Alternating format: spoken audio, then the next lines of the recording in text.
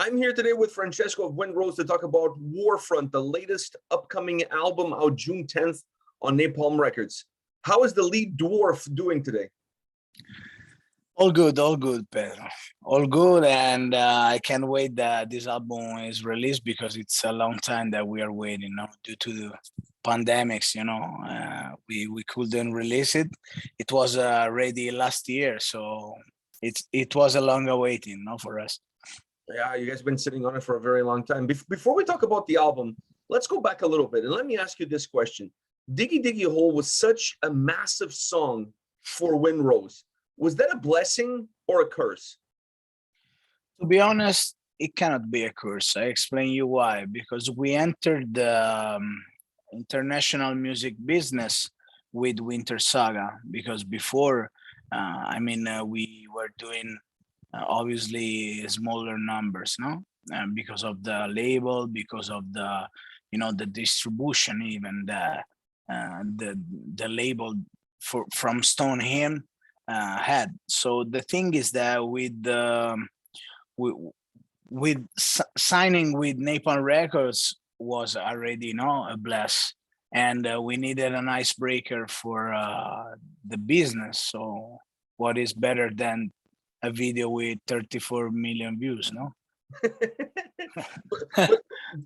but does that add pressure? Does that add pressure to you guys when it comes time to start working on a new album like Warfront? To be honest, we thought about it, but not pressure. But we thought about the thing is that unfortunately, in this album, there's no Diggy Diggy Hole for the fans of Diggy Diggy Hole, for the ones that just, enter the Windrose universe and want just Diggy Diggy Hole. You will not be satisfied. I mean, you will be satisfied if you come live, and you will enjoy obviously our performance. It's a song that will be always in our set list for sure, because it's an evergreen of Windrose. I mean, it became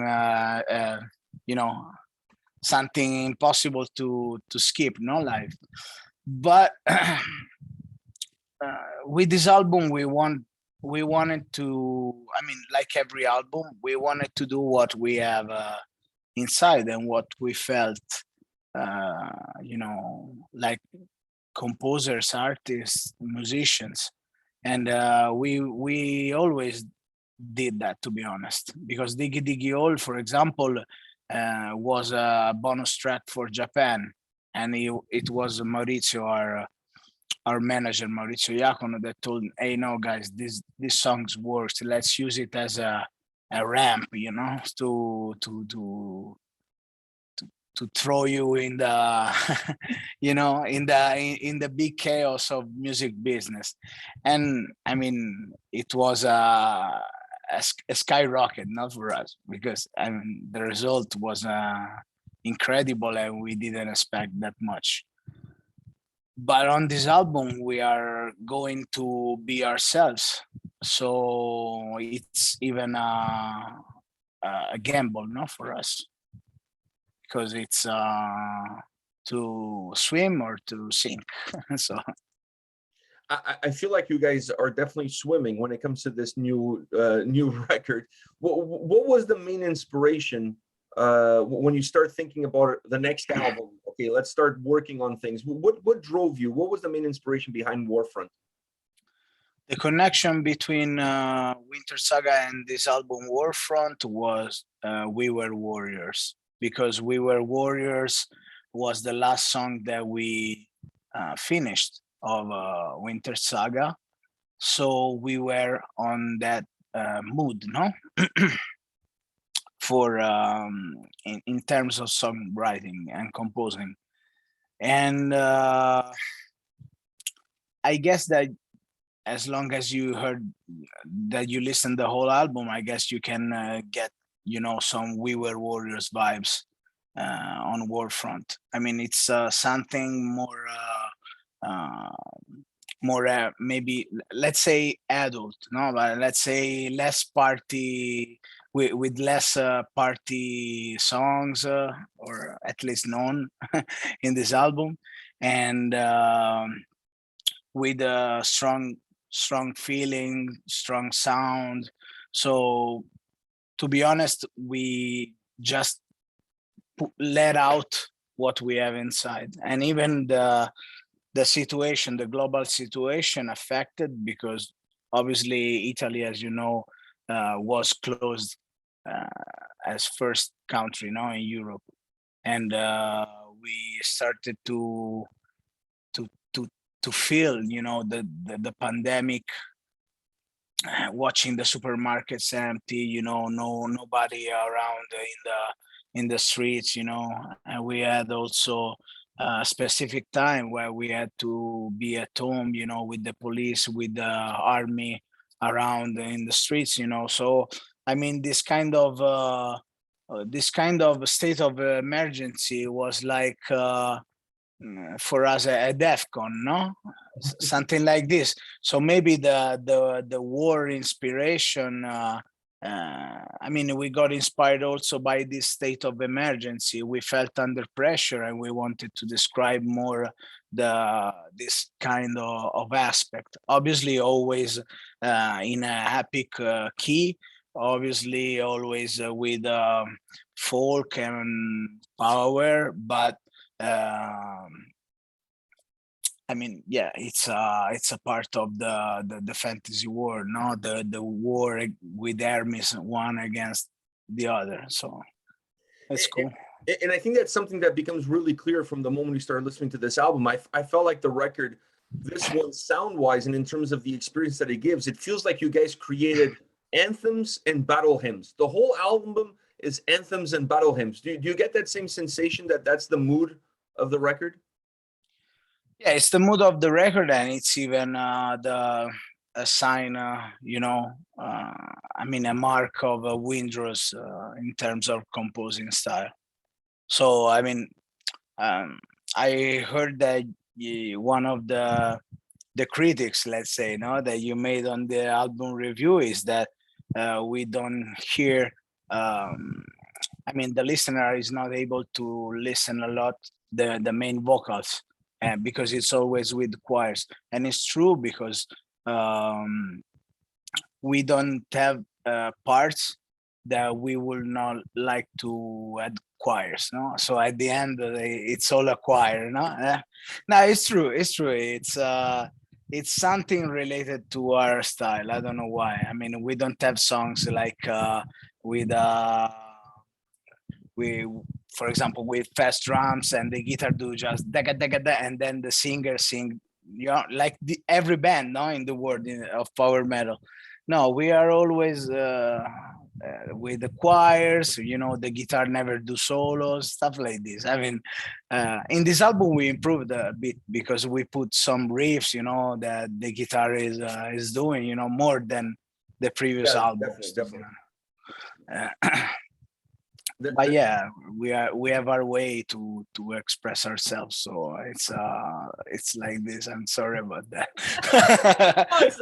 It's not a big deal. It's part of the DNA of the band. It's something that you notice when you listen to the album, and I think sometimes it would be nice to just hear you. But overall, when you're creating an album that it's all about anthems and battle hymns, you kind of need so like, what was a criticism? It was a criticism that was also understanding where you guys were coming from, because when you listen to the record and you have anthem and battle hymn back to back all the way through, you have to have those choirs. Otherwise, you don't have a battle hymn. Otherwise, you don't have an anthem. You know, it's kind of yeah, it's true. You know, it's true. Obviously, it would be cool to hear. I mean, for the especially defense of my voice, no. Let's say if there is someone, no, I don't know. I don't know. I'm not a fan of my voice, to be honest. But anyway, I'm joking. It's cool not to hear more the lead singer instead of all the choirs, because you understand more what they want to say. You understand more the feelings, no, instead of being just instead of feel just the mass of voices, you know. And probably they will enjoy Tomorrow Has Come, because I mean, it's a song that I almost sing by myself. No, I Yeah, mean, without anyone. yeah, you carry that track. When you're creating an album like Warfront, do you work on the individual songs, always thinking of the collective of what the whole album is going to be, or you don't really worry about the collective until you have enough material to then look at what the big picture is going to be all about? Yeah, we do the second way. I mean, we almost all the material that we write goes on the album because we rework and rework the same songs until we got finally satisfied 100%. So, I mean, we don't put anything, like a passage that is random just to connect. No, until everything is on point, we don't release the song. So we don't consider it ready to be recorded. So we just keep on working on the same songs. Some of the files, let's say, of the projects is it don't go on the record. So I mean, for example, if we release an album of 10 songs, we write we compose 13 songs, let's say, and 3 are just there, and we say, we put them in the next album, but they will never be used. No, I mean we have at least 20 songs that we are not using, no, for that reason. So, Well, you have enough material for another record. yeah, obviously. I mean, actually, the excuse is, when we don't have any idea anymore, we release a new album with with all the old songs. No, I mean, every song that we have needs to be reworked for because obviously it's not reflecting anymore what is Windrose nowadays. So we cannot use a song from the previous album in the next album, because it's something that, as you said in the review, every album we do a progress, a progression. So we feel that songs that we left in the past are not the Windrose anymore. No, I mean, it's a cool thing because we don't go. I mean, in our career, they will not say, for 20 years they have done the same songs. No, for example, you can say about a lot of bands, even big bands. Nothing against them because they are legends. But for example, Iron Maiden, you hear the first album, you hear the last album, it's always it's always like this. No, so I was going to say AC/DC is another one, or AC/DC. I mean, it's a normal thing, but in our evolution, I guess that it's needed to do always what we feel in the moment, because if it's not like this, we are not able to compose. If we force ourselves to do a Diggy Diggy Hole, and we did it, hey, let's find a new treasure. No, I mean, let's dig more the hole. No, that we already done. No, but we tried to do a party song or to do more party songs, but it's impossible for us to compose on at command. We have always to do what we have inside in that moment. Even if we are working on a song, if we get inspired for another song, we close everything and we leave that for months there, and then we get it back when we get the inspiration. So it's like this. It's a more organic process. Now, you talked about the evolution. I've seen the evolution of you guys from record to record. One of the things that I liked about the evolution of the sound coming into this album is that the folk elements are there, but they're layered into the overall experience of the record, allowing the album to feel more bombastic, but still not lose the folkiness of Windrose. Was that your goal when you guys were looking at this record? To be honest, no. I mean, to be honest, we don't have a specific goal. when we compose. I mean, we want to do always the best, depending of what we got as inspiration, depending on what we got as songs. So we don't look for a specific result. It's strange, no? Because everyone think, we have to do this song in order to get this result, to go, to do it live. Or, I mean, to be honest, we don't give a fuck. I mean, we just do what we want, and because as I said, if it's not like this, we can't work. So we have always to do what we want, and the picture is revealed, at the end when you got the good mix, the good master, and you see, okay, this part is lacking something. Okay, so you rework a bit, and then you send when everything is done, you send to the final mix, and when the final mix arrives, we are sure that it's like we wanted. No, I mean, obviously you can like it or not. It's a personal thing, no, but for us it's always the best that we can do. So you mentioned your vocals. You said you're not a big fan of your vocals. I know you're just joking, but how much work do you put into your vocal performance when it comes to a record? Do you take lessons? Do you practice? Do you work on certain songs? How do you approach your vocals in general? I studied for a long time opera singing, and usually when I have to do something very important, for example, going tour or record an album, I just go to my teacher, no, to see if I got some vices, no, because singing normally you get some vices that you have to erase, no, in order to make your instrument functional at 100%. So I used to go there and to rectify, let's say all the stuff, and then I go directly in studio where nobody has an idea of what I'm going to do, because I used to do all the vocal lines and all the lyrics by myself, and I don't record any pre-production. I go in studio and I have all set in mind. Okay, this part has to be like this part has to be like that, no? So I mean, not even my brothers, we were recording.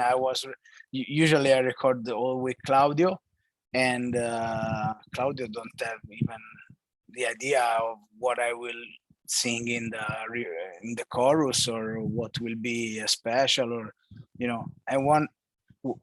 at the beginning sometimes don't understand but why you do this, don't worry, let me do, and then at the end when I hear everything, oh shit, it's good. Okay. Yeah, because some parts are made by voices that it's like a spider web, no? Mm-hmm. They go in one direction, and then one voice in the top, one, it's very complicated sometimes to sort out what I have in mind. But I mean, I try my best, and obviously even if I studied a lot and I practiced a lot, I'm not a master in music theory. So with Claudio, I'm also able to fix some stuff, at the piano, or with the guitar, it depends what we got. And we do the magic, no? So now some of those backing vocals and those choirs that we were talking about earlier on the record, is that just you, like with overdubbing, or do you guys all come in and record vocal lines and then that's what creates the choirs? No, the choirs are made just by me, just by me and another guy that used to do the lower parts that I cannot reach with my voice. So basically in the choirs, we are two. I mean, they are not recorded by the others member of Windrose. I don't know. Did you expect that? Yeah, I could see you guys all like being in the room with one headphone on, singing to one single microphone, moving side Yeah. to side with some beers in hand. That's kind of what I pictured. No, we tried to do like that, and to be honest, we did it for Stoneham, but it was difficult to manage the to fix the vocals was really hard, because when you got more people, if someone fuck up, you have to redo the part. So it's very, usually some mistakes are even good because you give more the choirs feeling, but sometimes it was hard to fix, so we prefer to do like this. For example, I start and I do the if the main chord is this, I do my main riff, let's say, then I do the third, then I do the fifth, and I do all the harmonization, and then here comes another guy that is called Tommaso Corbaglia, is a friend of mine. I cheer him if he's watching this interview. And this guy is a baritone like me, but it's darker than me, because I'm a baritone, but I'm going even on tenor notes. I'm a sort of a strange beast in the middle, something that nobody can classify. I don't know, and I'm like this. And this guy has a darker voice than me, so he used to do the lower parts, because my parts are in that key, for example, or are lacking some power, so I need some foundations for the vocals, for the choirs, and I do a good job. So now I have to revise my whole idea, because technically we were talking about this earlier. I was saying that, oh, we don't hear enough of the lead singer. Technically, all we're hearing is the lead singer. So so I have to revise the whole thing. So now I have to look at the album from a different angle, from a different perspective. It's all you. It's just different sides of you. See, it's true. I mean, sometimes it's something that I think a lot when I see reviews, because I just say, if they just knew, that it's just me doing all the vocals, because it's me like 40 times, 50 times, so it's a long work anyway. It's a long work. It's a really interesting process. One last question for you. I'm going to see you guys live in Portugal, in my homeland, at Vagos Metal Fest. I'm one of the main reasons I'm going on the last day of the festival is to see Windrose live. So I'm looking forward to seeing you guys perform and saying hi, meeting in person for the first time. But the question I have to ask you is, when are we going to see Windrose in North America, on this side of the Atlantic? Okay, there is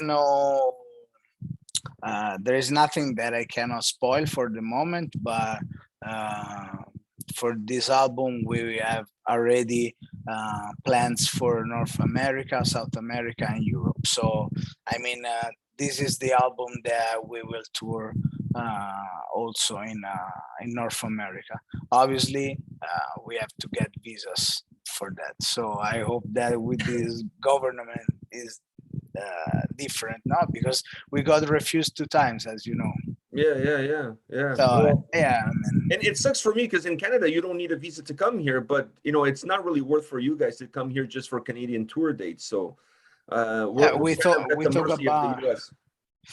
about it, but yes, if it's connect to the US, is more it has more sense, because obviously going Canada, it requires a lot of to spend a lot of money, and it's very hard, I mean, you can, how many gigs you can do in Canada? You can do 4 or 5 gigs, 4 or 5, so after that you have to go in North America. It has more sense to do like this. So we waited until now just to make a a big tour, you know, and it seems that finally we have some answers on that side. So I'm excited I about think it. you have to. I think you have to send Mauricio because he lives in Florida, but he's a Canadian citizen. He's a dual citizen now, so he has some pull with both sides of the border. So you need to send him with your visa applications in hand.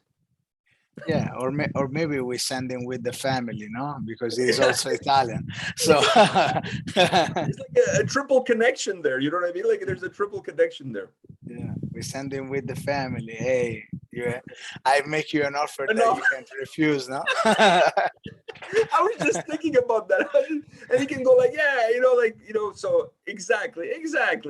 So that's what I'm thinking. That's what needs to happen. That's what needs to happen so we can get Windrose on this side of the Atlantic. Francesco, thank you very much for your time today, man. It's always a pleasure to talk to you.